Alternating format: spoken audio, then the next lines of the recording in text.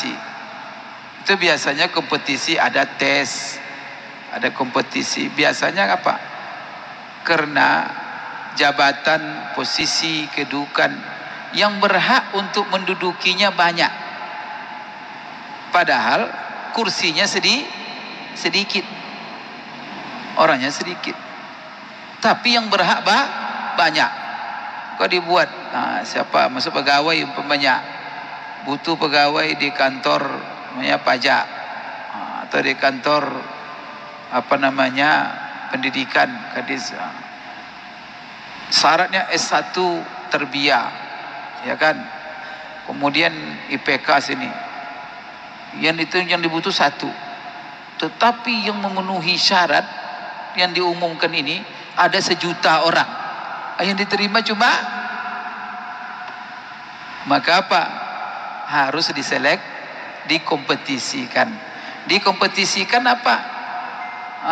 Maka diteslah dari berbagai sudut, macam-macam tesnya. Kemudian tentu di dalam tes itu diambil nilai tertinggi. Siapa nilai yang paling tinggi? Itulah yang diambil. Maka yang paling berhak adalah orang yang mendapatkan nilai tertinggi ini.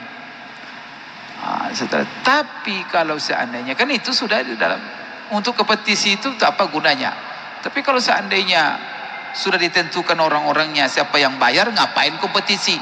Umumkan saja, siapa yang paling banyak bayar, dialah yang ini. Nggak mau pula, sembunyi-sembunyi pula, karena ada orang-orang nakal di balik kompetisi itu, memanfaatkan kompetisi untuk mencari kekayaan. Haram hukumnya. Ini orang sekarang berebut hak ini, dan hak itu baru sah dengan kompetisi itu. Maka apa? Lakukan dengan profesional, jujur, amanah. Jangan main-main duit. Kalau diberi kesempatan main duit, artinya apa? Hancur semuanya. Dan inilah yang disebut dengan sogok. Maka Rasulullah katakan, la'anallahu ar-rashi wal murtashi. Ar-rashi wal murtashi finnar. Allah melaknat yang menyogok dan yang nerima sogok. Yang menyogok dan yang nerima sogok, kedua-duanya sama di dalam neraka, kata Rasulullah. Kenapa diancam? Karena menyengsarakan hidup, merusak. Jadi segala dosa-dosa di dunia ini, kalau diancam kita neraka di akhirat, berarti apa? Barang itu menyengsarakan hidup kita di dunia dulu. Maka kalau salah dan dosa neraka gitu ya. Itu berarti apa? Itu merusak kehidupan dunia kita. Siapa yang mengatakan dunia ini akal sehat, sogok itu bagus? Artinya apa? Akhirnya apa? Siapa banyak bayar, dia apa? Akhirnya yang paling rendah nilainya, hasil kompetisi dialah yang diterima. Rupanya bayar dibelah. Auzubillah. Kalau ketangkap itu orang. Jadi ini duit haram semua. Kemudian juga yang menyogok, kalau begitu caranya jangan diterima, takut pada Allah. Maka serahkan kepada yang sudah, saya enggak. Jadi gitu ya. Berarti kalau orang yang lulus seleksi awal itu berpeluang memiliki kesempatan untuk lulus, dia memiliki hak untuk itu, lalu dia membayar bagaimana? Ini jadi masalah.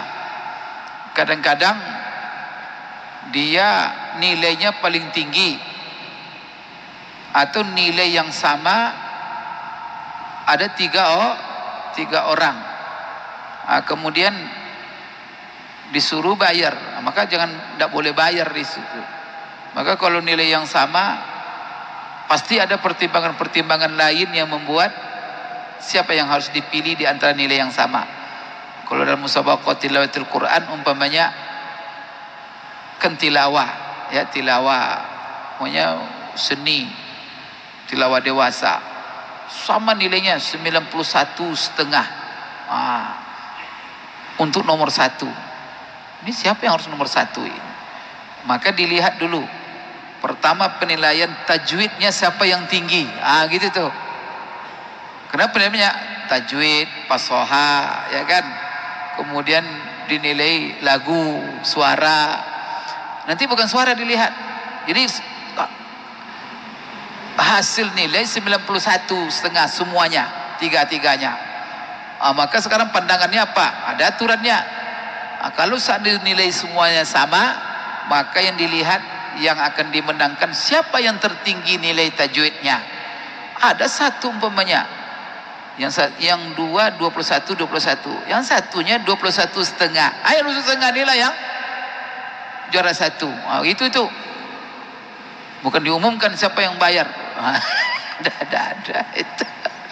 Jadi maka pasti seluruh ya kompetisi itu begitu, akan terjadi nilai yang sama dan pasti ada jalan, ikuti koridor itu. Jangan main duit. Cuman masalahnya kan sekarang begini, ketika kita berhadapan dengan satu sistem yang sudah rusak, kita kepengen mengambil hak kita, maka setelah lulus kita berhak, setelah itu serupanya bukan sekedar lulus, maka siapa yang ingin ditunjuk harus bayar. Padahal kita kadang-kadang kita pula yang paling tinggi nilai, setelah itu apa, ada di bawah. Tapi di bawah ini juga pantas lulus semuanya, tapi dengan bayar. Siapa yang bayar? Dia apa? Maka kalau kita memang yang paling berhak di situ, dan tidak bisa kita mengambil hak kita kecuali dengan bayar,